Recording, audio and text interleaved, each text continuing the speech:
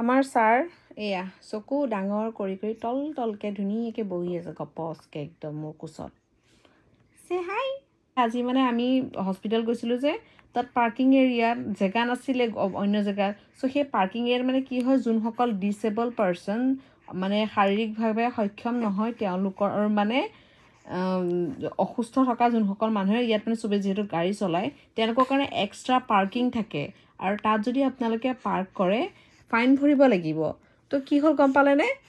আমাৰ দেৰি হৈছিলে আৰু গোটেই পাৰ্ক মানে গোটেই ফুল মানে গোটেই ফ্ল'ৰ আপাৰ ফ্ল'ৰ তলৰ ফ্ল'ৰ এতিয়া আমাৰ দেৰি হৈছে টাইম নে কি অলৰেডি টাইম পাৰ হৈ গ'ল আপুনি এপইণ্টমেণ্ট টাইমত নগ'লে 10 মিনিটমান ৰখে তাৰপিছত নৰখে মানে বেলেগক দি দিয়ে এপইণ্টমেণ্ট বেলেগ নেক্সটটো যাব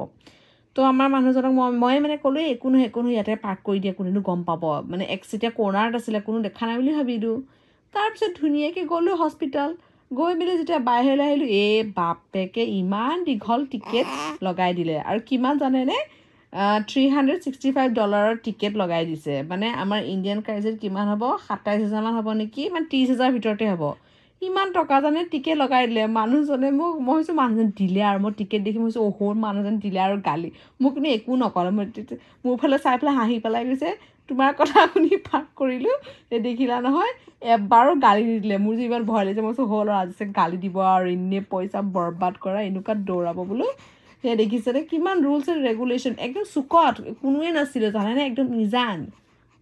এটা চাৰ্ট মানে সেইটোৱে মানে মেইন কথাটো হৈছে যে ইয়াত মানে ডিচেবল মানুহসকলৰ কাৰণে স্পেচিয়েল প্লেচ আছে তেওঁলোকে আহি পেলাই এনেকৈ ৰখিবলগীয়া নহয় তেওঁলোকৰ কাৰণে স্পেচিয়েলকৈ দিয়াই থাকে অকল ইয়াত বুলিয়ে নহয় বহুত কাণ্ট্ৰিজত সেইটো নিয়ম আছে যোনসকল ডিচেবল হয় তেওঁলোকৰ কাৰণে স্পেচিয়েল স্পট থাকে পাৰ্কিঙৰ যি কি নহওক মই আপোনালোকৰ কাহিনীটো ক'লোঁ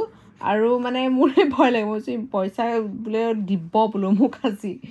বাই বাই আৰু আমাৰ ছাৰ নুশুৱে ছাৰ তৰতৰাই থাকিব মই লগতে ভিডিঅ'টো বনাই লওঁ